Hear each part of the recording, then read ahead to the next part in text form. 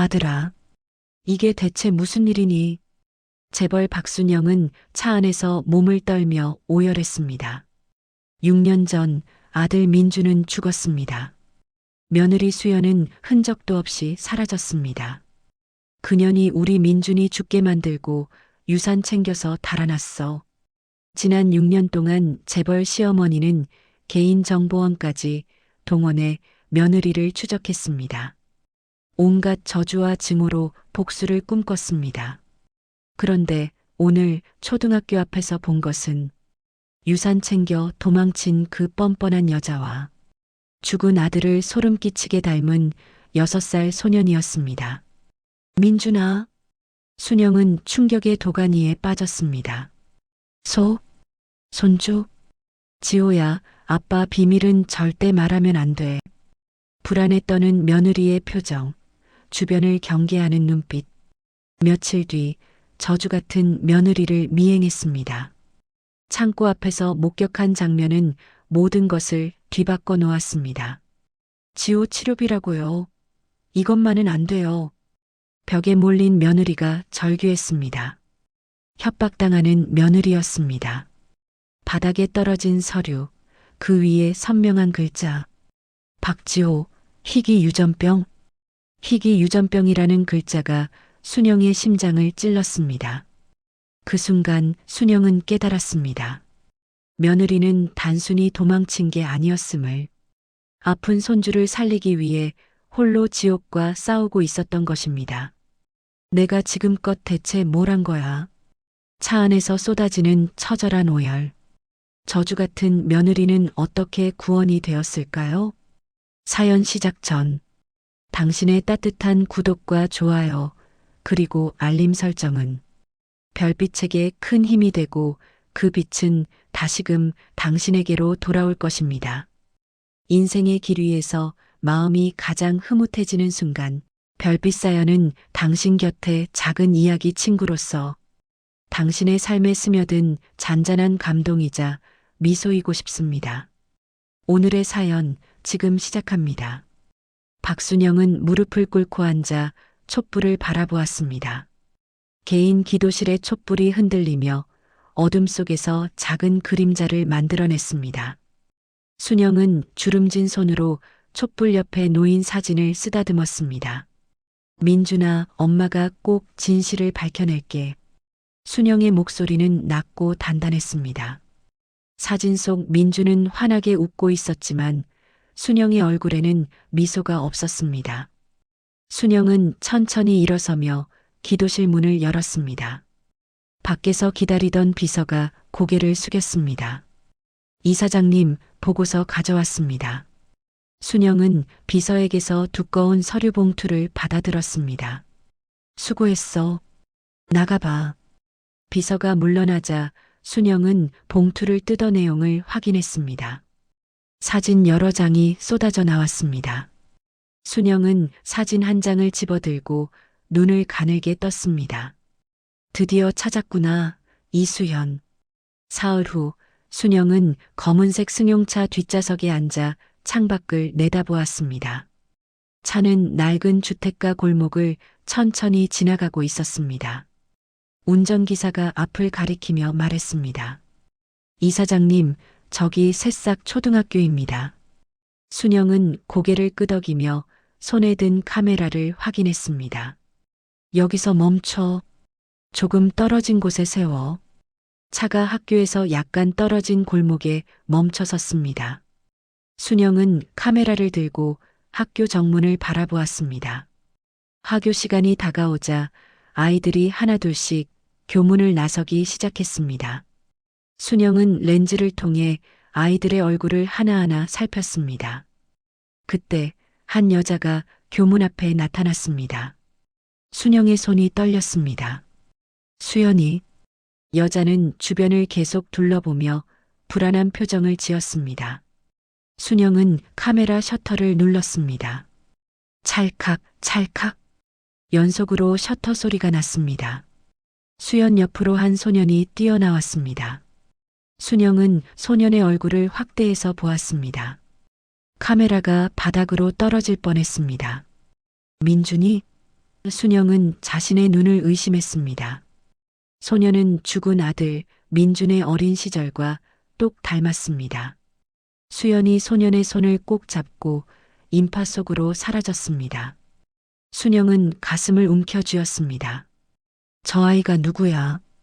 저 아이가 누구냐고. 운전기사가 놀라 뒤를 돌아보았습니다.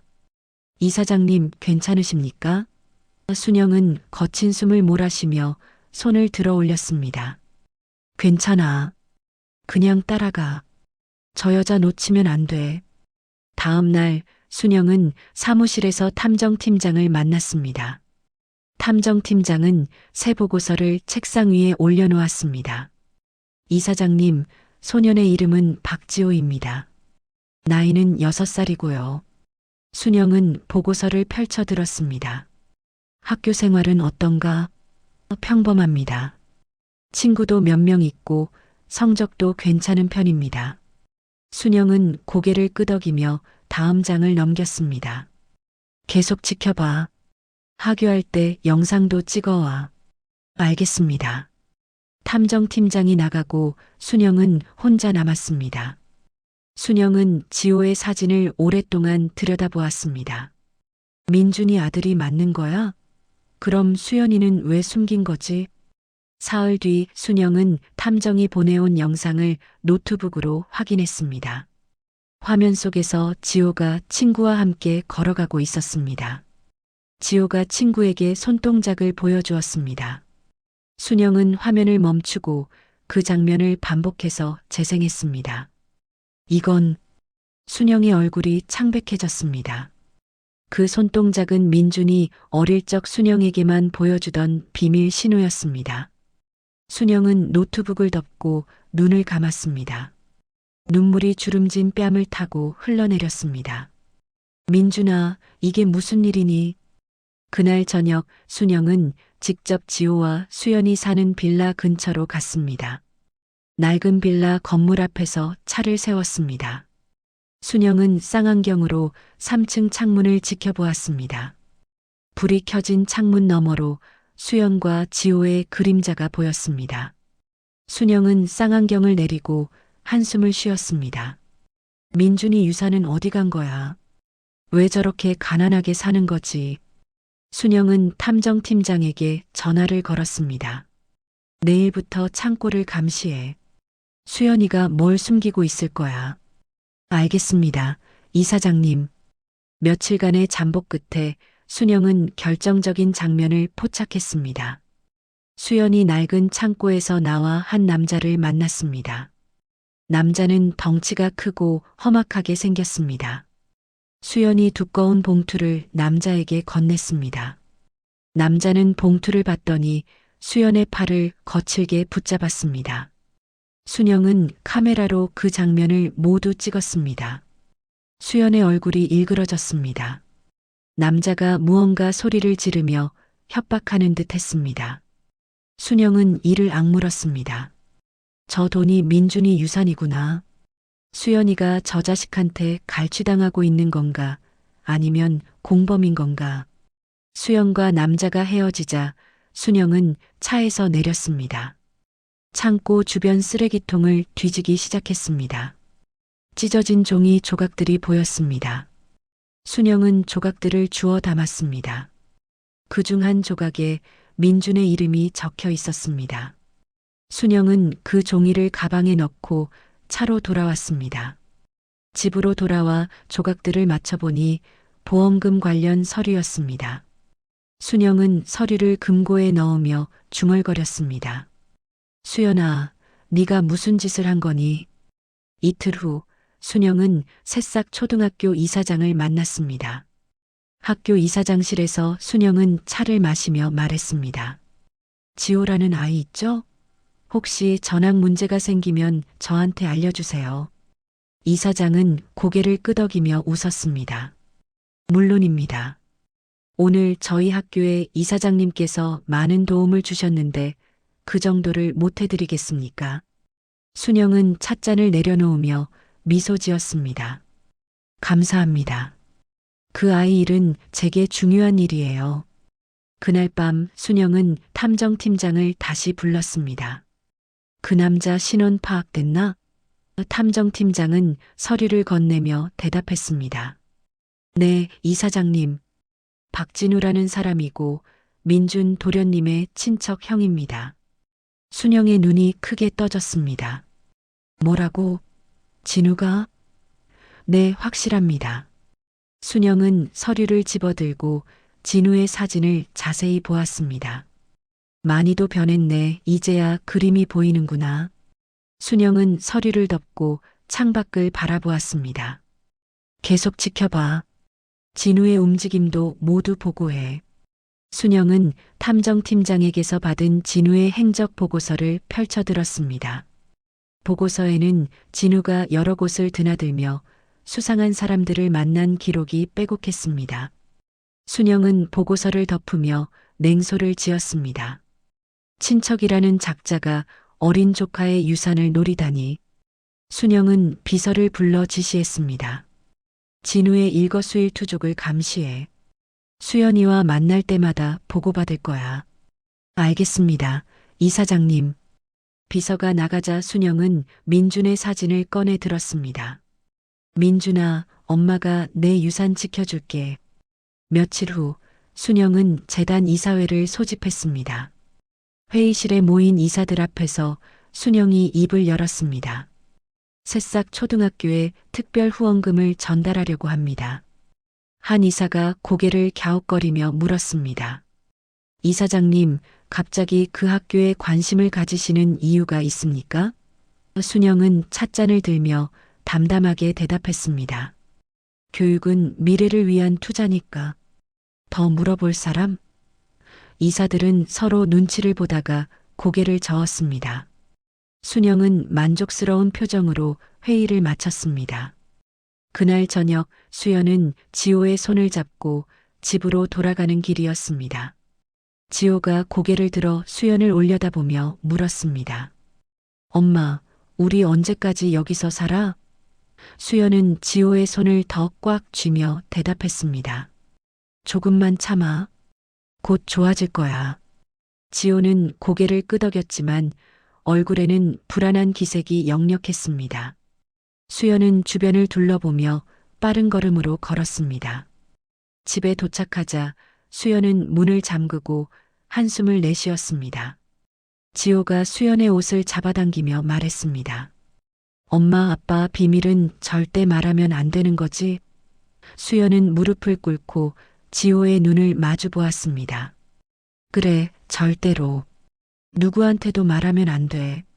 지호는 고개를 끄덕이며 약속했습니다. 알았어, 엄마. 다음 날 오후 순영의 저택에 박진우가 찾아왔습니다. 집사가 진우를 응접실로 안내했습니다. 순영은 소파에 앉아 진우를 기다렸습니다. 진우가 들어서자 순영은 차갑게 그를 바라보았습니다. 무슨 일로 왔나? 진우는 공손하게 고개를 숙이며 인사했습니다. 이모님, 오랜만입니다. 순영은 대답 대신 차를 한 모금 마셨습니다. 진우는 자리에 앉으며 가방에서 서류를 꺼냈습니다. 이모님께 꼭 보여드려야 할 게 있어서 왔습니다. 순영은 서류를 받아들고 내용을 훑어보았습니다. 서류에는 수연이 도박장을 드나든다는 내용이 적혀 있었습니다. 사진도 몇 장 첨부되어 있었습니다. 순영의 눈빛이 차갑게 변했습니다. 이게 사실인가? 진우는 고개를 끄덕이며 말했습니다. 네, 제가 직접 확인했습니다. 수연이 민준이의 보험금을 노리고 있어요. 순영은 서류를 내려놓으며 진우를 똑바로 쳐다보았습니다. 그래서 자네는 뭘 원하는 건가? 진우는 잠시 망설이다가 입을 열었습니다. 저야말로 민준이의 진짜 상속자입니다. 재단과 협력하고 싶습니다. 순영은 찻잔을 탁자에 내려놓으며 냉소를 지었습니다. 알겠네. 생각해보지. 진우가 떠나자 순영은 곧바로 탐정팀장을 불렀습니다. 진우가 방금 가져온 서류, 진위를 확인해. 알겠습니다, 이사장님. 순영은 창밖을 내다보며 중얼거렸습니다. 진우든 수연이든 누가 거짓인지 알아내야 해. 사흘 후 탐정이 보내온 영상을 순영은 노트북으로 확인했습니다. 화면 속에서 수연이 은행 창구에 앉아 서류를 작성하고 있었습니다. 순영은 화면을 확대해서 서류를 확인했습니다. 지호 이름으로 된 대출 서류였습니다. 순영의 손이 떨렸습니다. 손주 이름으로 대출까지? 순영은 노트북을 덮고 책상을 주먹으로 쳤습니다. 이 여자가 정말. 순영은 전화기를 집어들고 탐정팀장에게 전화를 걸었습니다. 진우와 수연이 다음에 만날 때 나한테 바로 알려줘. 내가 직접 확인할 거야. 알겠습니다, 이사장님. 며칠 후 탐정팀장에게서 연락이 왔습니다. 이사장님, 오늘 저녁 7시에 옛 별채에서 만난답니다. 순영은 즉시 차에 올라탔습니다. 별채로 가자. 운전기사가 차를 출발시켰습니다. 순영은 가방에서 카메라를 꺼내 배터리를 확인했습니다. 오늘은 모든 걸 확인한다. 해가 지고 어둠이 내려앉았습니다. 순영은 별채 근처 나무 뒤에 숨어 기다렸습니다. 곧 수연이 나타났습니다. 수연은 주변을 살피며 초조하게 입술을 깨물었습니다. 얼마 후 진우가 나타났습니다. 진우는 수연에게 다가가 벽에 몰아세웠습니다. 땅 문서 어디 있어? 수연이 고개를 저으며 대답했습니다. 그건 지호 치료비로 써야 해요. 못 드려요. 진우가 수연의 팔을 거칠게 붙잡았습니다. 지호 치료? 그깟 애 하나 때문에 내 돈을 포기하라고? 수연의 얼굴이 일그러졌습니다. 제발요, 이러지 마세요. 지호는 정말 아파요. 진우가 수연을 밀쳤습니다. 오늘 안 가져오면 지호가 어떻게 되든 나는 모른다. 순영은 이를 악물고 카메라 셔터를 눌렀습니다. 찰칵, 찰칵. 수연이 가방에서 봉투를 꺼냈습니다. 봉투를 건네는 순간 서류 몇 장이 바닥에 떨어졌습니다. 순영은 망원 렌즈로 서류를 확대했습니다. 서류에는 큰 글씨로 적힌 글자가 보였습니다. 박지호, 희귀 유전병. 순영의 얼굴이 창백해졌습니다. 카메라를 든 손이 떨리기 시작했습니다. 지호가 아픈 거였어? 진우가 서류를 주워 봉투에 넣고 떠났습니다. 수연은 그 자리에 주저앉아 울음을 터뜨렸습니다. 순영은 나무 뒤에서 나오지 못하고 그 모습을 지켜보았습니다. 가슴이 무너지는 것 같았습니다. 내가 뭘 한 거야? 내가 대체 뭘 한 거야? 순영은 차로 돌아와 힘없이 기대어 앉았습니다. 운전기사가 물었습니다. 이사장님, 어디로 가시겠습니까? 순영은 대답하지 못하고 고개를 떨구었습니다. 눈물이 주름진 뺨을 타고 흘러내렸습니다. 집으로 가자. 차 안에서 순영은 계속 울었습니다. 6년간 품어온 증오가 단숨에 무너져 내렸습니다. 수연아, 미안해. 정말 미안해. 순영은 손으로 얼굴을 가리고 흐느꼈습니다. 밤하늘에 별들이 빛났지만 순영의 세상은 어둠뿐이었습니다. 한편 진우는 수연에게서 받은 봉투로 인해 만족스러운 표정을 지었습니다. 그는 전화기를 꺼내 누군가와 통화를 하였습니다. 다음 주까지 나머지도 가져오게 만들 거야.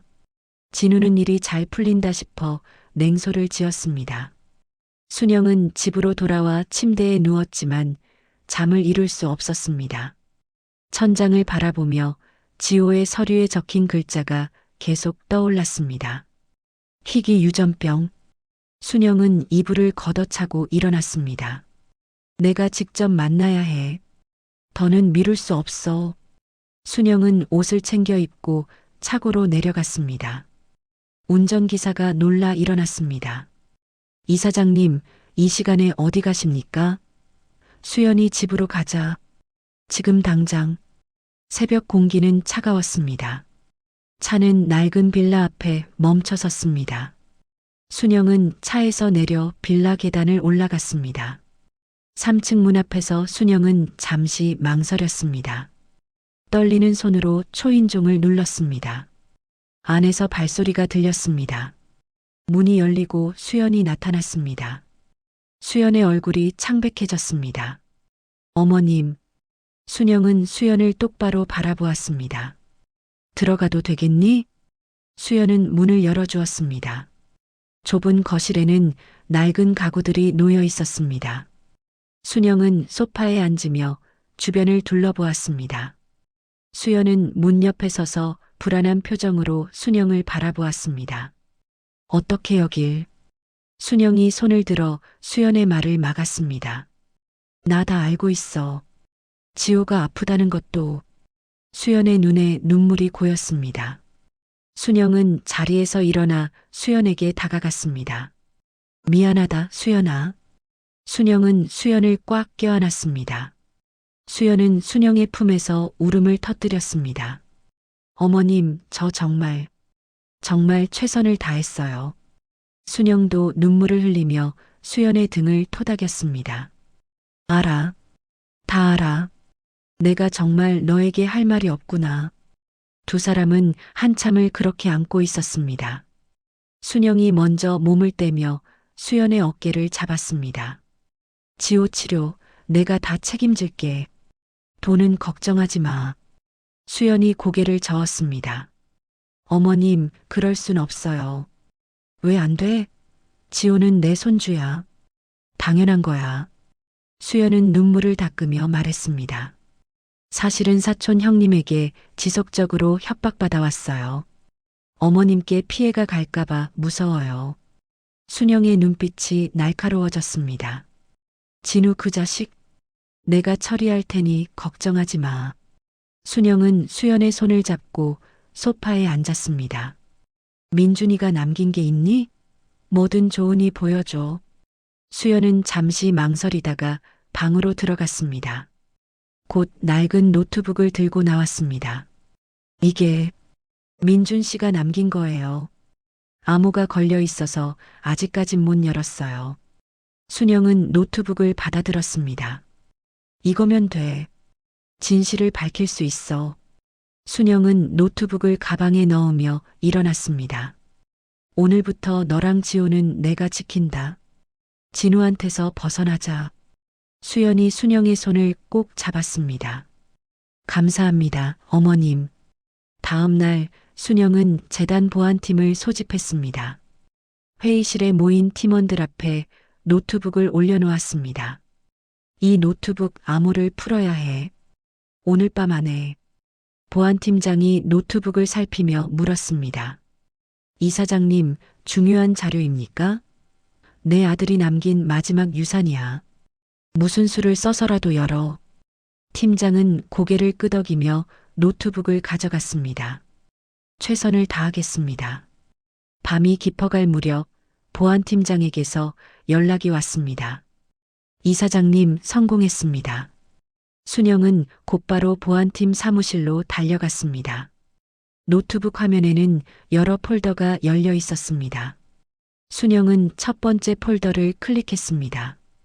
진우의 불법 거래 내역이 빼곡히 정리되어 있었습니다.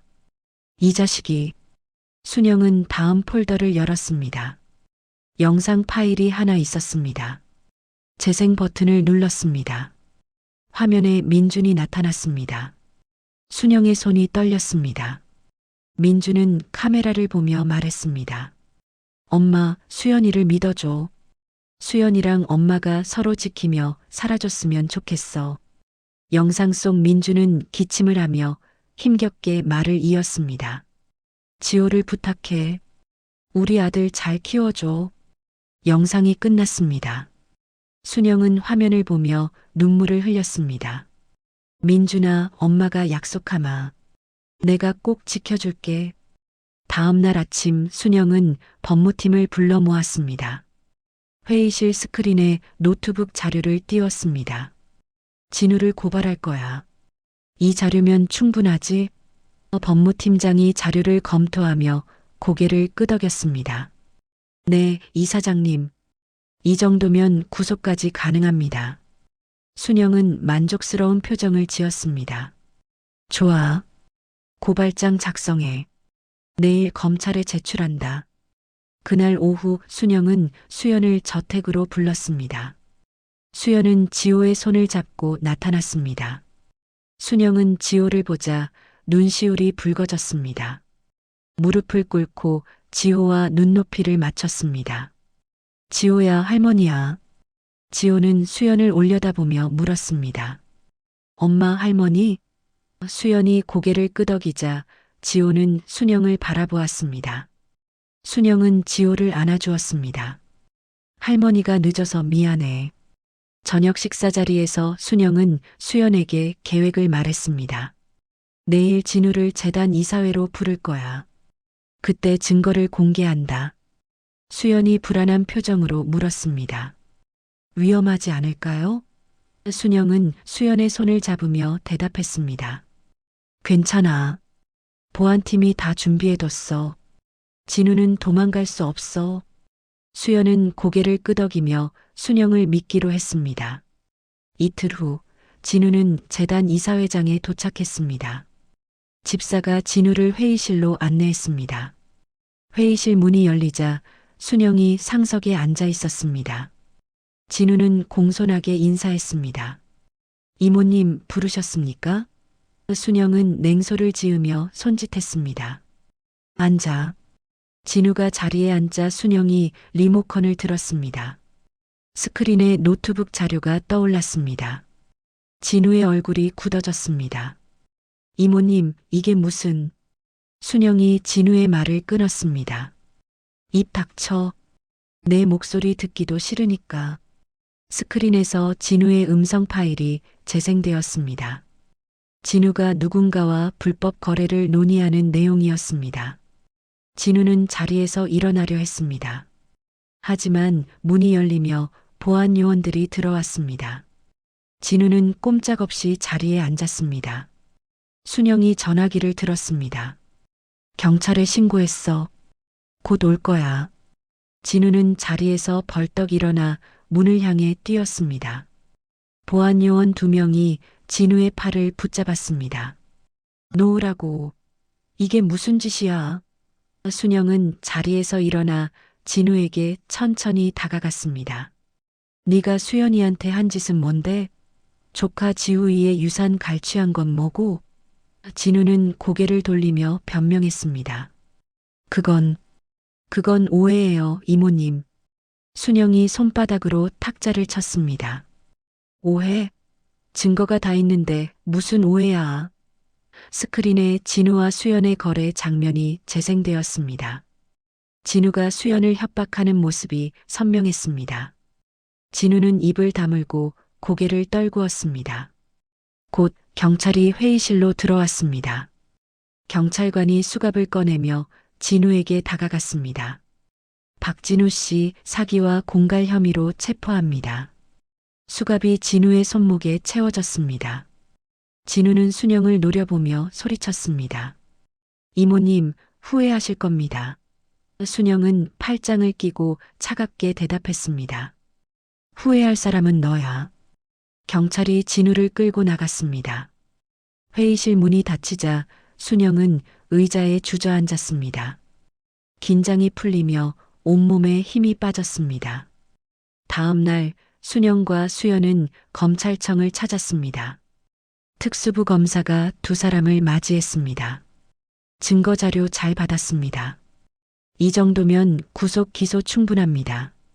순영은 고개를 끄덕이며 물었습니다. 얼마나 걸립니까? 검사는 서류를 정리하며 대답했습니다.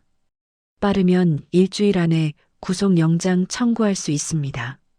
수연이 조심스럽게 입을 열었습니다. 피해자들이 더 있을 것 같은데요.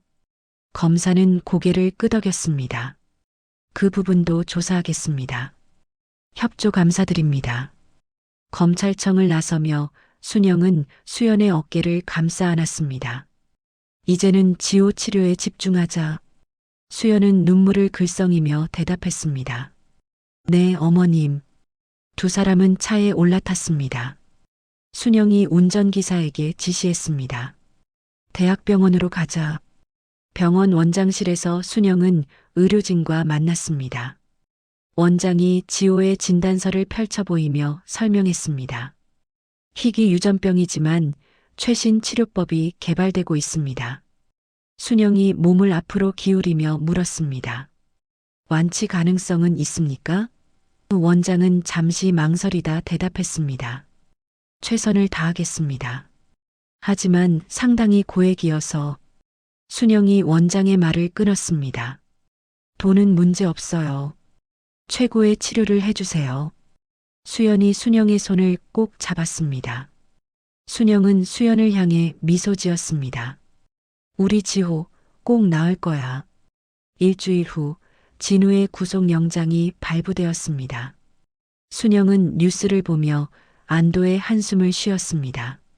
뉴스 앵커가 말했습니다. 재벌가 유산갈취 사건의 주범이 구속되었습니다. 순영은 텔레비전을 끄고 수연에게 전화를 걸었습니다. 수연아, 뉴스 봤니? 네, 어머님. 방금 봤어요. 순영의 목소리가 밝아졌습니다. 이제 진짜 마음 놓고 지호 치료에만 신경 쓰자. 그날 저녁 순영은 언론사 기자들을 만났습니다. 인터뷰 자리에서 순영은 솔직하게 고백했습니다. 6년 동안 며느리를 오해했습니다. 제 잘못입니다. 기자가 질문했습니다. 이사장님, 화해하신 계기가 뭡니까? 순영은 잠시 눈을 감았다 떴습니다. 손주가 아프다는 걸 알게 되었어요. 며느리가 얼마나 힘들었을지 상상할 수 없는 노릇이에요. 순영의 목소리가 떨렸습니다. 며느리에게 용서를 구하고 싶습니다. 인터뷰 영상은 다음 날 방송되었습니다. 방송을 본 사람들의 반응이 쏟아졌습니다. 재단 사무실로 격려 전화가 걸려왔습니다. 비서가 순영에게 보고했습니다. 이사장님, 응원하는 전화가 많이 오고 있습니다. 순영은 고개를 끄덕이며 창밖을 바라보았습니다. 고마운 일이네. 수연은 저택 거실에서 지호와 함께 텔레비전을 보고 있었습니다. 지호가 수연을 올려다보며 물었습니다. 엄마, 할머니 정말 대단하지? 수연은 지호의 머리를 쓰다듬으며 대답했습니다. 그래, 할머니는 우리 구원자야. 순영이 거실로 들어오며 두 사람을 바라보았습니다. 지호가 달려가 순영을 안았습니다. 할머니, 순영은 지호를 들어 올리며 웃었습니다. 우리 지호, 오늘 기분 좋아? 지호는 고개를 끄덕이며 환하게 웃었습니다. 저녁 식사 시간, 세 사람은 식탁에 둘러앉았습니다.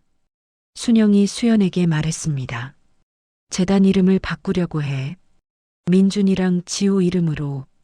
수연이 놀라 물었습니다. 어머님, 그게 무슨 말씀이세요?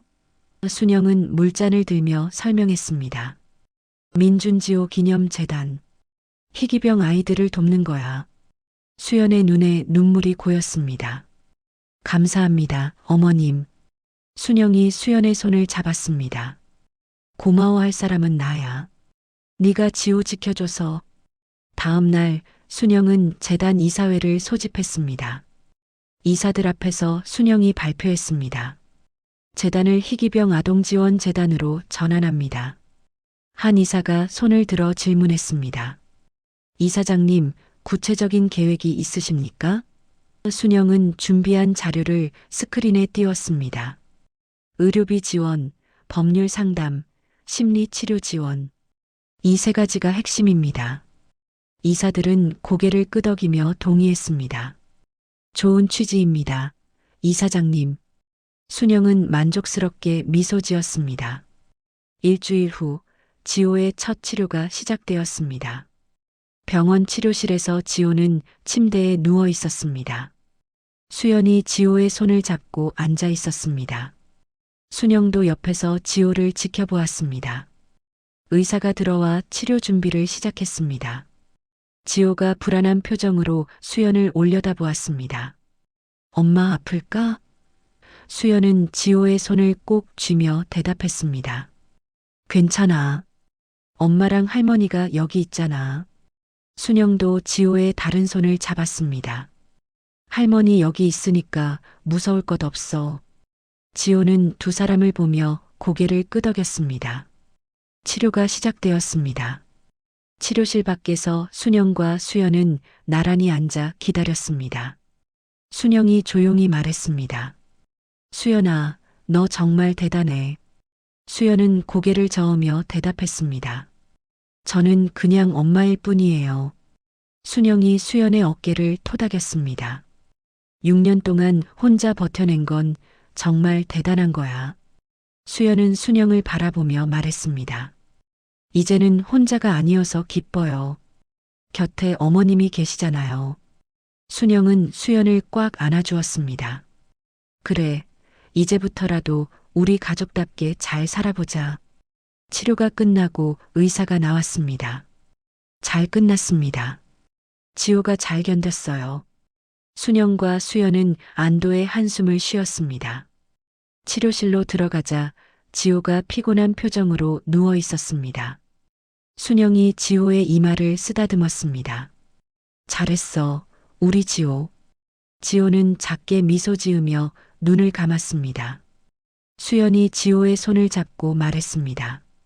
이제 좋아질 거야. 순영도 고개를 끄덕이며 속삭였습니다. 우리 지호 꼭 나을 거야. 한 달이 지났습니다. 지호는 꾸준히 치료를 받으며 건강을 회복하고 있었습니다. 순영과 수연은 매일 병원을 오가며 지호를 돌보았습니다. 지호의 얼굴에는 점점 생기가 돌아왔습니다. 이제 수연은 지호를 데리고 다시 학교로 나섰습니다. 수연이 지호의 손을 잡고 교문 앞에 섰습니다. 지호야, 오늘 친구들 만나니까 기분 좋지? 지호는 환하게 웃으며 고개를 끄덕였습니다. 응, 엄마. 친구들 보고 싶었어. 수연은 지호의 가방 끈을 고쳐주며 말했습니다. 그래, 그럼 즐겁게 잘 다녀와. 지호는 교문 안으로 뛰어들어갔습니다. 하지만 며칠 후 지호의 표정이 어두워졌습니다. 학교에서 돌아온 지호는 말없이 방으로 들어갔습니다. 수연이 방문을 두드렸습니다. 지호야, 무슨 일 있어? 지호는 대답하지 않았습니다. 수연이 문을 열고 들어가자 지호가 침대에 얼굴을 묻고 있었습니다. 지호야, 엄마한테 말해봐. 지호가 고개를 들었습니다. 눈가가 빨갛게 부어 있었습니다. 엄마, 친구들이 나한테 이상한 말해. 수연이 지호 옆에 앉으며 물었습니다. 무슨 말? 지호는 울먹이며 대답했습니다. 나한테 병균 있다고. 가까이 오지 말래. 수연의 얼굴이 굳어졌습니다. 지호를 꼭 안아주며 말했습니다. 그건 사실이 아니야. 지호는 아무 잘못 없어. 지호는 수연의 품에서 울음을 터뜨렸습니다. 수연은 지호의 등을 쓰다듬으며 이를 악물었습니다. 엄마가 학교에 가서 이야기할게. 다음 날 수연은 학교 교무실을 찾아갔습니다. 담임 선생님이 수연을 맞이했습니다. 어머님, 무슨 일로 오셨어요? 수연은 차분하게 말했습니다. 지호가 친구들한테 따돌림을 당하고 있어요. 선생님은 난처한 표정을 지었습니다. 그게 학부모님들 사이에서 소문이 퍼져서요. 수연이 목소리를 높였습니다. 무슨 소문이요? 지호병은 전염되지 않아요. 선생님은 고개를 떨구며 대답했습니다. 저도 알고 있습니다만 학부모님들이. 수연은 주먹을 쥐며 말했습니다. 그럼 학교에서 제대로 설명해 주세요. 선생님은 애매하게 웃으며 말을 흐렸습니다. 노력해 보겠습니다. 하지만 상황은 나아지지 않았습니다. 오히려 더 심해졌습니다. 학부모들이 학교에 민원을 넣기 시작했습니다. 한 학부모가 교장실에 찾아와 소리쳤습니다. 우리 아이들 안전은 누가 책임질 겁니까? 교장은 손을 내저으며 진정시키려 했습니다. 학부모님, 진정하세요. 지호는 위험하지 않습니다. 다른 학부모가 끼어들었습니다. 그럼 왜 병원 다니는 겁니까? 분명 이상한 병 있는 거잖아요. 교장은 이마에 땀을 닦으며 대답했습니다.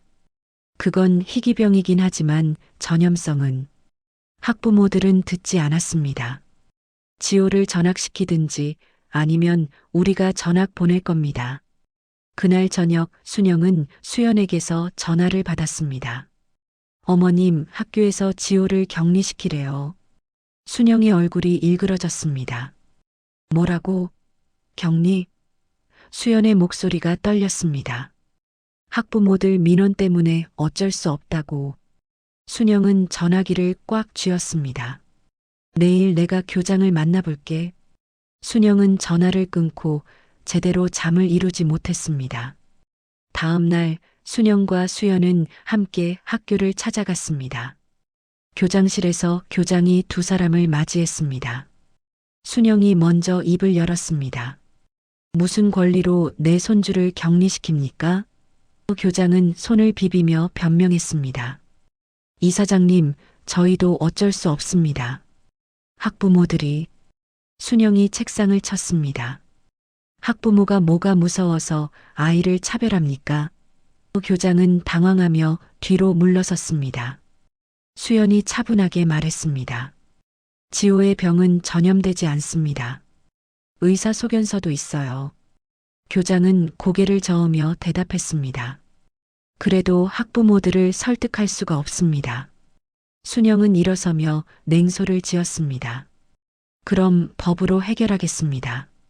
그날 밤 지호가 갑자기 쓰러졌습니다. 수연이 비명을 지르며 지호를 안았습니다. 지호야, 지호야. 지호는 고열에 시달리며 의식을 잃었습니다. 수연이 급히 구급차를 불렀습니다. 빨리, 빨리 와주세요. 병원 응급실에서 의사들이 지호를 치료했습니다. 순영과 수연은 밖에서 초조하게 기다렸습니다. 수연은 벽에 기대어 주저앉았습니다. 어머님, 지호가. 순영은 수연을 일으켜 세우며 말했습니다. 괜찮아. 지호는 강한 아이야. 하지만 순영의 목소리도 떨리고 있었습니다. 1시간 후 의사가 나왔습니다. 지호 상태가 안정되었습니다. 하지만 순영이 다급하게 물었습니다. 하지만 뭡니까? 의사는 심각한 표정으로 대답했습니다. 심한 스트레스로 증세가 악화되었습니다. 조심해야 합니다. 수연은 그 자리에 주저앉아 울음을 터뜨렸습니다. 순영은 주먹을 쥐고 떨었습니다. 내가 이걸 막았어야 하는데. 병실에 누워있는 지호를 보며 순영은 결심했습니다. 이대로는 안 돼. 싸워야 해. 순영은 수연의 어깨를 잡으며 말했습니다. 수연아, 우리 법정에서 싸우자. 지호를 위해서. 수연은 눈물을 닦으며 고개를 끄덕였습니다. 네, 어머님. 지호를 지켜야 해요. 다음 날 순영은 재단 법무팀을 소집했습니다. 학교를 상대로 소송을 제기할 겁니다. 법무팀장이 물었습니다. 무슨 혐의로 하시겠습니까? 순영은 단호하게 대답했습니다. 아동인권 침해와 학교 폭력 방관입니다. 법무팀장은 고개를 끄덕이며 기록했습니다. 알겠습니다. 준비하겠습니다. 동시에 순영은 언론사를 불렀습니다. 기자들 앞에서 순영은 진실을 밝혔습니다. 제 손주가 학교에서 차별받고 있습니다. 기자가 질문했습니다. 구체적으로 어떤 차별입니까? 순영은 눈물을 참으며 대답했습니다.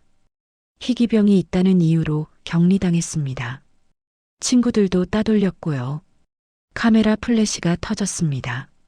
순영은 계속 말했습니다. 6년 전 며느리를 저주했던 제 잘못이 이런 결과를 낳았습니다. 순영의 목소리가 떨렸습니다. 하지만 이제는 모든 것을 바로잡고 지호를 위해 그리고 약자를 위해 싸우겠습니다. 그날 저녁 순영의 인터뷰가 뉴스에 나왔습니다. 사람들의 반응이 쏟아졌습니다. 재단 사무실로 응원 전화가 빗발쳤습니다. 비서가 순영에게 보고했습니다. 이사장님, 여론이 저희 편입니다. 순영은 고개를 끄덕이며 창밖을 바라보았습니다. 이제 시작이야. 수연은 병실에서 지호를 돌보며 순영의 인터뷰를 받습니다. 지호가 깨어나 물었습니다. 엄마, 할머니 나왔어? 수연은 지호의 손을 잡으며 대답했습니다. 응, 할머니가 우리 지키려고 싸우고 계셔. 지호는 작게 미소 지었습니다. 할머니 멋있어. 수연도 눈물을 글썽이며 고개를 끄덕였습니다. 그래, 할머니는 정말 멋지셔. 며칠 후 순영의 보안팀이 중요한 단서를 발견했습니다. 보안팀장이 순영에게 보고했습니다. 이사장님, 온라인 커뮤니티에 지호 관련 글이 올라왔습니다. 순영은 노트북 화면을 들여다보았습니다. 화면에는 지호의 의료 기록이 자세히 적혀 있었습니다. 순영의 얼굴이 굳어졌습니다. 이걸 누가 올린 거야? 보안팀장이 대답했습니다. 익명이지만 IP 추적 중입니다. 순영은 노트북을 덮으며 말했습니다. 빨리 찾아내. 꼭 찾아내야 해. 그날 오후 학교에 또다시 민원이 쏟아졌습니다. 학부모들이 교장실 앞에 모여 항의했습니다. 한 학부모가 소리쳤습니다. 전염병 환자를 왜 학교에 보냅니까? 교장이 손을 내저으며 설명했습니다. 학부모님, 지호는 전염병이 아닙니다. 다른 학부모가 끼어들었습니다. 인터넷에 다 나와 있던데요? 희귀병 맞잖아요. 교장은 이마에 땀을 닦으며 답답해했습니다. 그건 잘못된 정보입니다. 하지만 학부모들은 듣지 않았습니다. 당장 격리 안 시키면 우리 아이들 다 전학 보낼 겁니다. 수연은 병원에서 학교 담임에게 전화를 받았습니다. 어머님, 학교에 오실 수 있으세요? 수연의 가슴이 철렁 내려앉았습니다. 무슨 일이세요? 담임의 목소리가 조심스러웠습니다. 학부모들이 다시 민원을 넣었어요.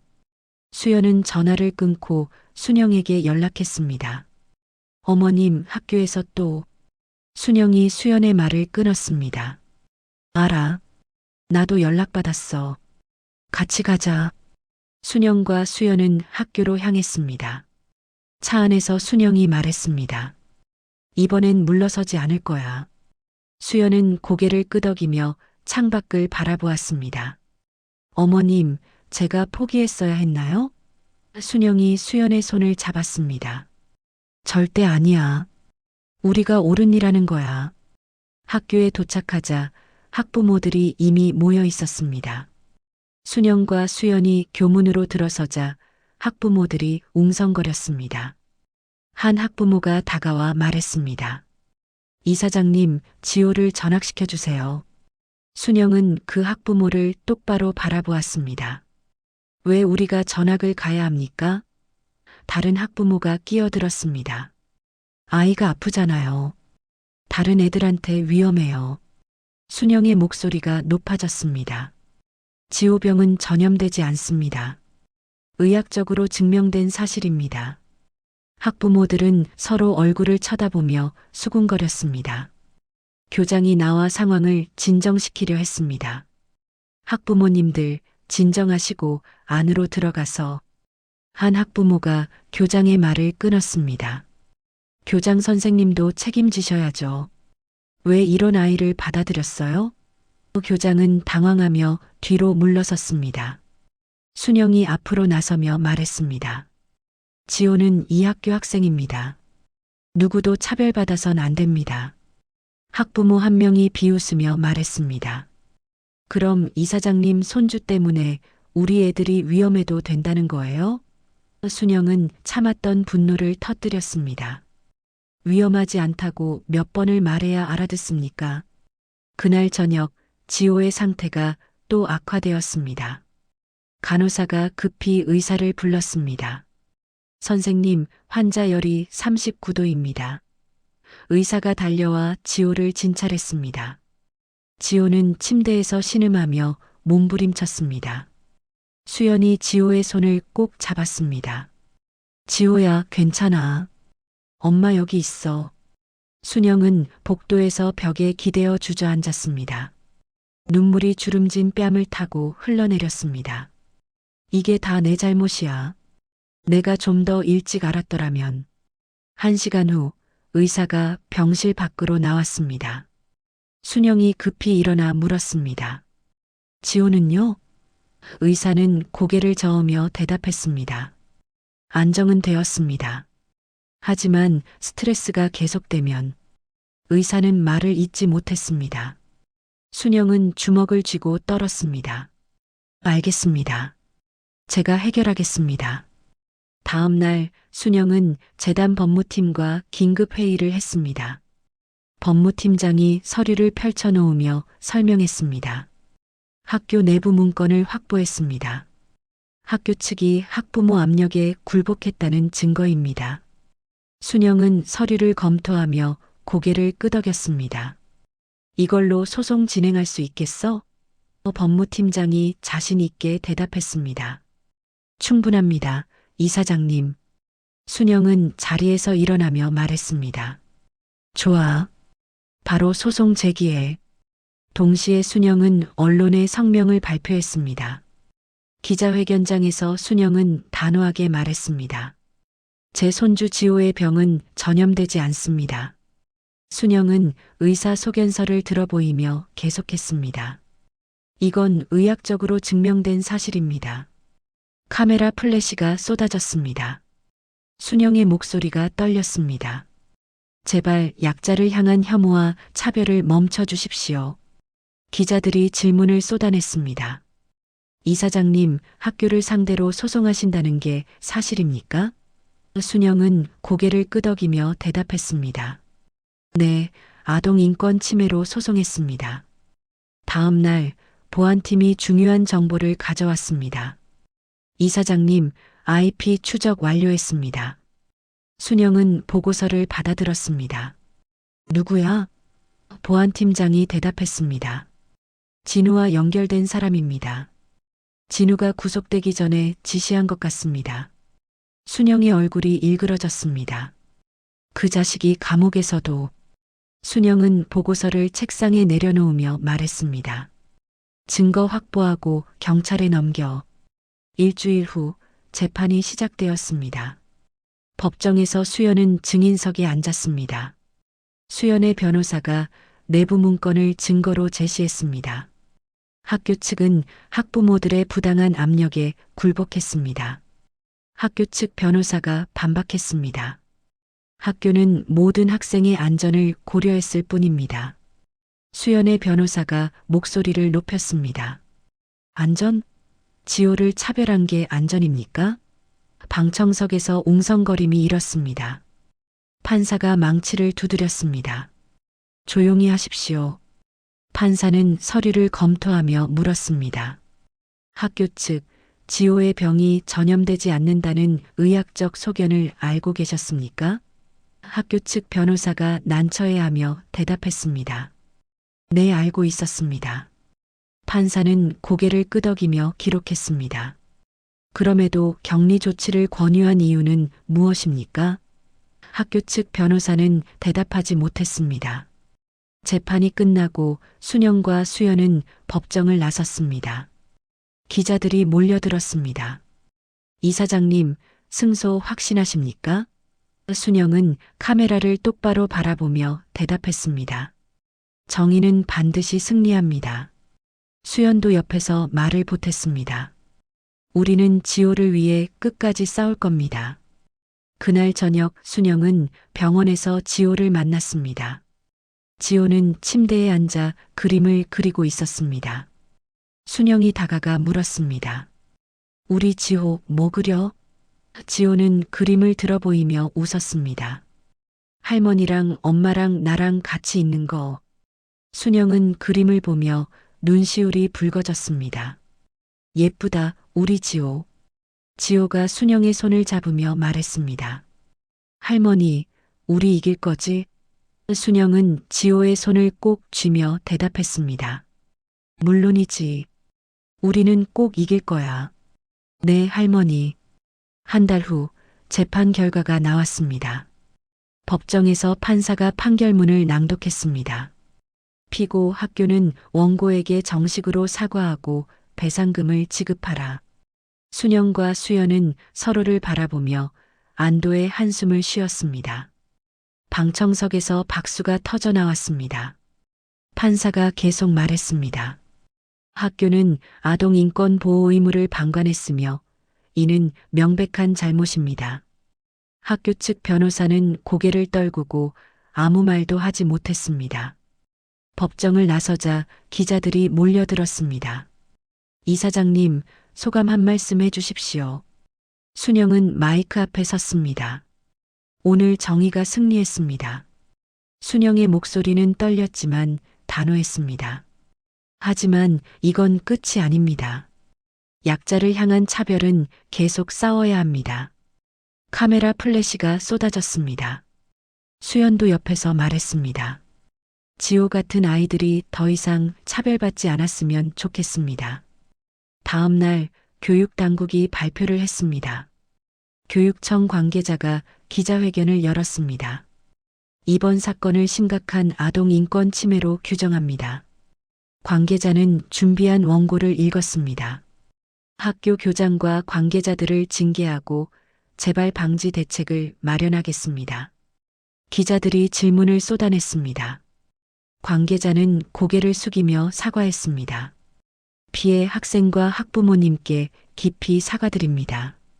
일주일 후 경찰이 진우의 공범들을 검거했습니다. 경찰서에서 형사가 순영에게 보고했습니다.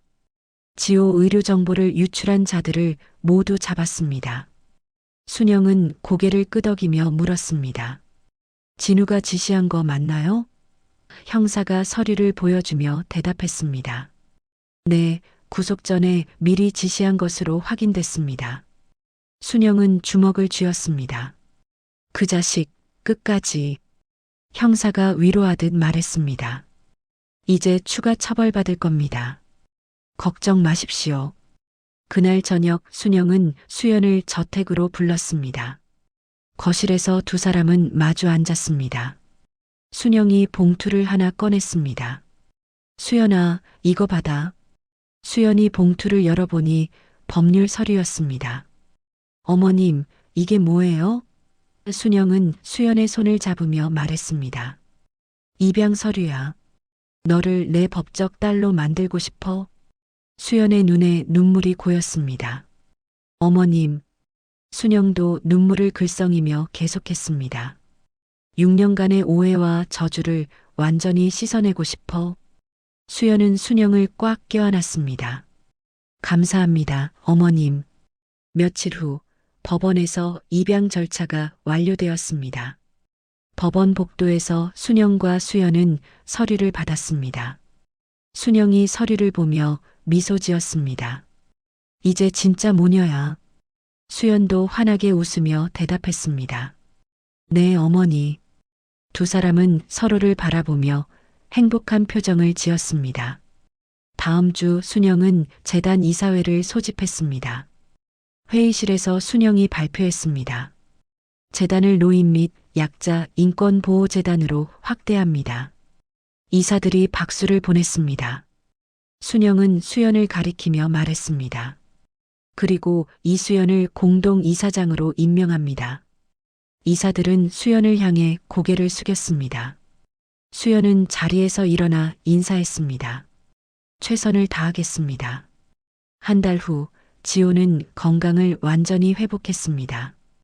병원에서 퇴원하는 날 의사가 진단서를 건넸습니다. 지호 완치 판정입니다. 축하합니다. 지호는 환하게 웃으며 뛰어올랐습니다. 엄마, 나 다 나았어. 수연은 지호를 안아올리며 울음을 터뜨렸습니다. 그래, 우리 지호. 정말 잘했어. 순영도 두 사람을 꽉 껴안았습니다. 할머니도 정말 기쁘구나. 병원을 나서며 세 사람은 손을 잡고 걸었습니다. 지호가 중간에서 두 사람의 손을 꼭 쥐었습니다. 엄마, 할머니, 나 학교 돌아가도 돼? 순영이 지호의 머리를 쓰다듬으며 대답했습니다. 물론이지. 이제 아무도 우리 지호 괴롭히지 못해. 수연도 고개를 끄덕이며 말했습니다. 그래, 당당하게 다니렴. 다음 주 지호가 학교로 돌아갔습니다. 교문 앞에서 담임 선생님이 지호를 맞이했습니다. 지호야, 잘 왔어. 선생님은 지호의 손을 잡고 교실로 안내했습니다. 교실에 들어서자 친구들이 박수를 쳤습니다. 지호야, 환영해. 지호는 환하게 웃으며 친구들에게 손을 흔들었습니다. 수영과 순영은 창밖에서 그 모습을 지켜보았습니다. 순영이 수연의 어깨를 감싸며 말했습니다. 우리 이겼어. 수연은 눈물을 닦으며 고개를 끄덕였습니다. 네, 어머니. 정말로요. 그날 저녁 순영은 재단 사무실에서 새로운 사업 계획을 검토했습니다. 수연이 들어와 옆에 앉았습니다. 어머니, 학교 폭력 피해자 법률 지원 사업 어떠세요? 순영은 서류를 보며 고개를 끄덕였습니다. 좋아. 지호처럼 고통받는 아이들을 도와야지. 수연은 노트북을 열어 자료를 보여주었습니다. 희귀병 아동 가족들도 지원하면 좋을 것 같아요. 순영은 자료를 검토하며 미소 지었습니다. 역시 내 딸이야. 생각이 깊어. 며칠 후 재단은 새로운 사업을 공식 발표했습니다. 기자회견장에서 순영과 수연이 나란히 섰습니다. 순영이 먼저 말했습니다. 약자에 대한 편견을 깨기 위한 사업을 시작합니다. 수연이 이어서 설명했습니다. 학교 폭력 피해자와 희귀병 아동을 위한 법률 및 의료 지원입니다. 기자들이 사진을 찍으며 질문했습니다. 이사장님, 이번 일을 겪고 가장 크게 느낀 점은 무엇입니까? 순영은 수연을 바라보며 대답했습니다. 가족의 소중함입니다. 그리고 편견이 얼마나 무서운지 깨달았습니다. 보름 후 순영은 민준의 비밀 금고를 열었습니다. 금고 안에는 편지와 서류가 들어 있었습니다. 순영은 편지를 펼쳐 읽었습니다. 민준의 글씨가 선명했습니다. 엄마, 수연이를 믿어주세요. 모든 재산은 수연이와 지호를 위한 겁니다. 순영은 편지를 가슴에 안으며 눈물을 흘렸습니다. 민준아, 엄마가 이제야 알았어. 순영은 서류를 가지고 수연을 찾아갔습니다. 거실에서 순영이 서류를 건넸습니다. 수연아, 이건 민준이가 너한테 남긴 거야. 수연은 서류를 펼쳐보고 놀랐습니다. 어머니, 이건 전 재산이. 순영은 수연의 손을 잡으며 말했습니다. 민준이 뜻대로 해. 약자를 돕는 데 쓰자. 수연은 눈물을 흘리며 고개를 끄덕였습니다. 네, 어머니. 민준 씨 뜻대로 하겠습니다. 그날 밤 순영과 수연은 지호와 함께 저녁을 먹었습니다. 식탁에 둘러앉은 세 사람은 행복한 얼굴이었습니다. 지호가 밥을 먹다가 물었습니다. 할머니, 우리 이제 평화로운 거지? 순영은 지호의 머리를 쓰다듬으며 대답했습니다. 그래, 이제 평화로워. 수연도 웃으며 말했습니다. 민준 씨가 원했던 평화가 드디어 온 것 같아요. 순영은 두 사람을 바라보며 행복한 미소를 지었습니다. 우리는 저주가 아니라 사랑으로 묶인 가족이야. 지호가 환하게 웃으며 말했습니다. 나도 할머니랑 엄마 사랑해. 세 사람은 서로를 바라보며 웃음을 나눴습니다. 3년이 흘렀습니다. 봄바람이 부드럽게 불어오는 날, 바닷가 마을의 아담한 집에서 세 사람이 함께 살고 있었습니다. 순영은 텃밭에서 상추를 따고 있었습니다. 얼굴에는 지난 날의 분노 대신 온화한 미소가 가득했습니다. 이제 다 자랐네. 순영은 상추를 바구니에 담으며 만족스러워했습니다. 수연은 집안에서 서류를 정리하고 있었습니다. 재단 업무를 집에서도 처리할 수 있었습니다. 전화벨이 울렸습니다. 네, 민준지호 재단입니다. 수연은 전화를 받으며 메모를 했습니다. 네, 다음 주에 뵙겠습니다. 전화를 끊고 수연은 창밖을 바라보았습니다. 텃밭에서 일하는 순영의 모습이 평화로워 보였습니다. 지호는 마당에서 책을 읽고 있었습니다. 아빠와 할머니가 함께 만든 나무 의자에 앉아 있었습니다. 이제 9살이 된 지호는 건강하고 밝은 아이로 자랐습니다. 엄마, 이 책 재밌어. 지호가 집안을 향해 소리쳤습니다. 수연이 문을 열고 나왔습니다. 그래, 무슨 책인데? 지호는 책을 들어보이며 웃었습니다. 용기에 관한 이야기야. 저녁 무렵 세 사람은 식탁에 둘러앉았습니다. 순영이 텃밭에서 딴 채소로 만든 요리가 상에 가득했습니다. 지호가 숟가락을 들며 말했습니다. 할머니, 오늘 반찬 정말 맛있어 보여. 순영은 지호의 그릇에 반찬을 더 담아주었습니다. 많이 먹어. 우리 지호 씩씩하게 커야지. 수연은 두 사람을 바라보며 행복한 미소를 지었습니다. 어머니, 민준 씨가 원했던 평화를 지금 우리가 누리고 있다는 게 꿈만 같아요. 순영은 수연의 손을 잡으며 고개를 끄덕였습니다. 그러게, 민준이도 기뻐할 거야. 지호가 궁금한 표정으로 물었습니다. 할머니, 아빠가 지금의 지호를 보면 기쁠까? 순영은 지호의 머리를 쓰다듬으며 대답했습니다. 물론이지. 아빠는 항상 널 응원하고 기뻐하지. 지호는 환하게 웃으며 밥을 먹었습니다. 식사를 마친 후 세 사람은 거실에 모였습니다. 텔레비전에서 재단 관련 뉴스가 나왔습니다. 앵커가 말했습니다. 민준지호 재단이 올해의 인권단체상을 받았습니다. 화면에 수연이 상을 받는 모습이 나왔습니다. 지호가 손뼉을 치며 소리쳤습니다. 엄마 나왔다. 수연은 부끄러워하며 웃었습니다.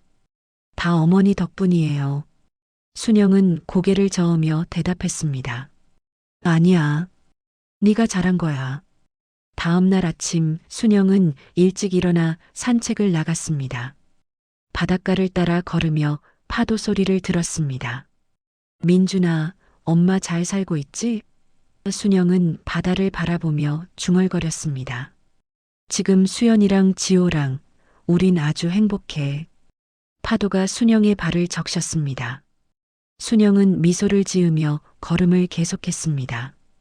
집으로 돌아오니 수연과 지호가 아침 준비를 하고 있었습니다. 어머니, 산책 다녀오셨어요? 수연이 밝게 인사했습니다. 순영은 고개를 끄덕이며 자리에 앉았습니다. 응, 날씨가 참 좋더라. 지호가 접시를 나르며 말했습니다. 할머니, 오늘 학교에서 발표해야 돼. 순영이 관심 있게 물었습니다. 무슨 발표? 지호는 가방에서 공책을 꺼냈습니다. 우리 가족 이야기. 아침 식사 후 지호는 학교에 갔습니다. 수연은 재단 일로 서울에 가야 했습니다. 어머니, 저녁까지 다녀올게요. 순영은 수연을 배웅하며 말했습니다. 조심히 다녀와. 지호 데리러 내가 갈게. 수연은 고개를 끄덕이며 차에 올랐습니다. 순영은 수연의 차가 멀어질 때까지 손을 흔들었습니다. 오후가 되자 순영은 지호를 데리러 학교에 갔습니다. 교문 앞에서 지호가 달려나왔습니다. 할머니, 지호는 순영을 안으며 웃었습니다. 발표 잘했어? 지호는 고개를 끄덕이며 대답했습니다. 응, 선생님이 칭찬하셨어. 순영은 지호의 손을 잡고 집으로 걸어갔습니다. 우리 지호, 정말 자랑스러워. 저녁이 되어 수연이 돌아왔습니다. 순영과 지호는 저녁 준비를 하고 있었습니다. 어머니, 지호야 다녀왔어요. 수연은 가방을 내려놓으며 두 사람을 안았습니다. 순영이 물었습니다. 일은 잘 됐니? 수연은 환하게 웃으며 대답했습니다. 네, 새로운 지원 사업 승인받았어요. 순영은 만족스럽게 고개를 끄덕였습니다. 잘했어. 저녁 식사를 하며 지호가 이야기했습니다. 엄마, 오늘 친구들이 우리 가족 이야기 듣고 감동했대. 수연은 지호의 머리를 쓰다듬으며 물었습니다. 그래, 뭐라고 했는데? 지호는 신이 나서 말했습니다. 할머니랑 엄마가 용감하다고 했어. 순영은 웃으며 말했습니다. 지호도 용감해. 힘들 때 잘 견뎠잖아. 지호는 부끄러워하며 웃었습니다. 주말이 되었습니다. 순영은 수연과 지호에게 제안했습니다. 오늘 배 타러 갈까? 지호가 환호했습니다. 좋아요. 세 사람은 작은 배를 타고 바다로 나갔습니다. 따뜻한 햇살이 바다를 비쳤습니다. 배 위에서 순영은 꽃다발을 꺼냈습니다. 민준아, 우리 이제 행복하니 안심해도 돼. 순영은 꽃다발을 바다에 띄웠습니다. 꽃잎이 파도를 따라 떠내려갔습니다. 수연과 지호도 순영 옆에 섰습니다. 아빠, 우리 잘 지내고 있어요. 계속 응원해 주실 거죠? 지호는 작은 목소리로 말했습니다. 세 사람은 손을 잡고 바다를 바라보았습니다. 순영이 수연에게 말했습니다. 수연아, 너는 민준이 아내이기 이전에 내 삶을 구원한 진정한 딸이야. 수연은 눈물을 글썽이며 대답했습니다. 어머니도 저를 구원해 주셨어요. 지호가 두 사람의 손을 꼭 잡고 말했습니다. 우리는 행복한 가족이야. 영원히. 순영과 수연은 지호를 안아주었습니다. 배는 천천히 해안으로 돌아왔습니다. 모래사장에 내려서며 지호가 말했습니다. 할머니랑 엄마랑 같이 배 타니까 정말 신나. 순영은 지호를 안아올리며 웃었습니다. 할머니도 신난다. 수연도 두 사람을 껴안으며 말했습니다. 엄마도 신나. 해가 지고 노을이 하늘을 물들였습니다. 세 사람은 해변을 걸으며 이야기를 나눴습니다. 순영이 말했습니다. 전엔 정말 이런 날이 올 줄 몰랐어. 수연이 고개를 끄덕이며 대답했습니다. 저도요. 하지만 지금은 정말 이렇게 마음이 고요해도 되는가 싶어요. 지호가 손을 흔들며 소리쳤습니다. 우리는 최고의 가족이니까 엄마. 집으로 돌아와 저녁을 먹었습니다. 식탁에서 순영이 말했습니다. 재단 일도 잘 되고 지호도 건강하고 수연이도 곁에 있으니 이보다 더 바랄 게 없구나. 수연은 순영의 손을 잡으며 말했습니다. 어머니 덕분이에요. 순영은 고개를 저으며 웃었습니다. 우리 모두 함께 이뤄낸 거야. 밤이 깊어졌습니다. 지호는 방에서 잠들었고 순영과 수연은 거실에 앉아 있었습니다. 수연아, 고마워. 순영이 조용히 말했습니다. 수연이 물었습니다. 뭐가요, 어머니? 순영은 창밖을 바라보며 대답했습니다. 나한테 만회할 기회를 줘서. 수연은 순영의 어깨에 머리를 기댔습니다. 저야말로 감사해요. 어머니가 우리를 지켜주셨잖아요. 두 사람은 한참을 말없이 앉아 있었습니다. 시계 소리만 조용히 울렸습니다. 순영이 먼저 일어서며 말했습니다. 이제 자야겠다. 내일 또 바쁜 하루가 기다리니까. 수연도 일어서며 순영을 안았습니다. 잘 자요, 어머니. 순영은 수연의 등을 토닥이며 웃었습니다. 너도 잘 자. 다음 날 아침 세 사람은 다시 식탁에 모였습니다. 햇살이 창문을 통해 들어와 식탁을 비쳤습니다. 지호가 우유를 마시며 말했습니다. 오늘도 좋은 날이야? 순영과 수연은 서로를 바라보며 미소 지었습니다. 그래, 오늘도 좋은 날이야. 세 사람의 웃음소리가 집안을 가득 채웠습니다. 저주로 시작된 이 이야기는 구원과 사랑으로 완성되었습니다. 행복하게 웃는 순영, 수연, 지호의 일상은 앞으로도 쭉 계속되겠죠? 6년간의 저주는 이렇게 사랑으로 바뀌었습니다. 재벌 할머니 박순영은 오해와 편견 속에서 며느리를 증오했지만 진실을 마주한 순간 모든 것을 만회하려 노력했습니다. 며느리 수연은 홀로 아픈 아들을 지키며 지옥 같은 시간을 견뎌냈고 시어머니는 그 고통을 뒤늦게나마 헤아렸습니다. 두 사람은 서로를 향한 오해와 갈등을 씻어내고 진정한 가족이 되었습니다. 지호는 건강을 되찾았고 세 사람은 평화로운 바닷가에서 행복하게 살아가고 있습니다. 여러분, 때로는 우리가 확신하는 진실이 아닐 수 있습니다. 미움보다 이해를, 저주보다 용서를 선택할 때 진짜 기적은 시작됩니다. 순영과 수연, 그리고 지호의 이야기가 여러분에게 역경을 극복하는 작은 위로가 되기를 바라봅니다. 이야기를 끝까지 들어주신 분이 계시다면 사시는 지역 이름 정도만 건네주시고 잘 들었다고 댓글 한 줄 남겨주세요. 별빛에게는 가장 큰 위로입니다. TT 만세. 소감과 응원 주신 별빛 멤버님께는 고단한 하루를 잘 견뎌낸 당신의 마음속 샛별이 완전히 떠오르고 찬란히 빛날 때까지 항상 변치 않는 마음으로 보답드리겠습니다. 오늘부터 시작된 당신의 격, 작지만 보물 같은 이야기 친구로 빛날 별빛 사연입니다. 감사합니다.